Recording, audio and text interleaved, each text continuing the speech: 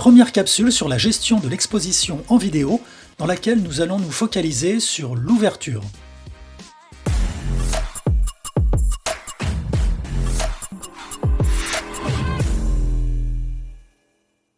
Dans le contrôle de l'exposition, la variable ouverture va être associée à deux autres variables que sont la vitesse d'obturation et la sensibilité. Nous allons retrouver ces trois variables dans le triangle d'exposition où la sensibilité aura un impact sur la qualité d'image, la vitesse sur le flou de mouvement et l'ouverture sur la profondeur de champ, en fonction de la lumière qui atteint le capteur ou la sensibilité du capteur à la lumière. La compréhension et la maîtrise du triangle d'exposition vous aidera à capter n'importe quelle scène et ainsi obtenir l'image que vous recherchez. Avant d'aborder l'ouverture, précisons qu'il est une règle en vidéo qui veut que la vitesse d'obturation doit être égale à 1 que divise 2 fois la fréquence d'image. Soit, si vous tournez à 25 images secondes, votre obturateur devra être calé sur 1/50e de seconde ou 180 degrés si vous êtes en obturateur d'angle. En respectant cette règle, vous obtiendrez des flous de mouvement naturels et cinématiques. En modifiant la vitesse d'obturation, on obtient au contraire des images peu naturelles pour l'œil humain.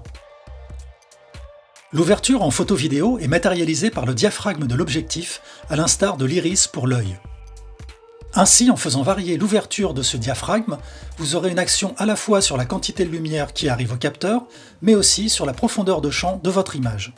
En ouvrant au maximum le diaphragme, vous obtiendrez une courte profondeur de champ, ce qui permet d'attirer l'attention de votre auditoire principalement sur votre sujet, l'avant-plan et l'arrière-plan devenant flous.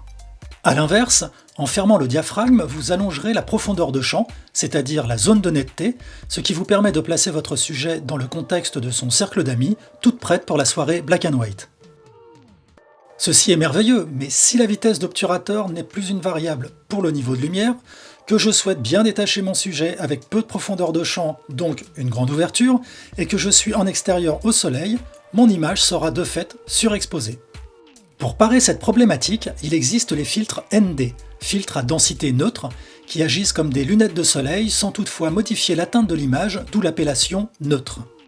Ils peuvent être ronds, carrés ou rectangulaires, placés devant l'objectif ou intégrés à la caméra, avoir une gradation fixe ou au contraire variable. Vous pourrez, grâce à ces filtres, gérer la quantité de lumière parvenant au capteur. Ainsi, mon obturateur calé au 1/50e de seconde, à pleine ouverture, mon image surexposée devient bien exposée grâce au filtre ND et mon sujet bien détaché.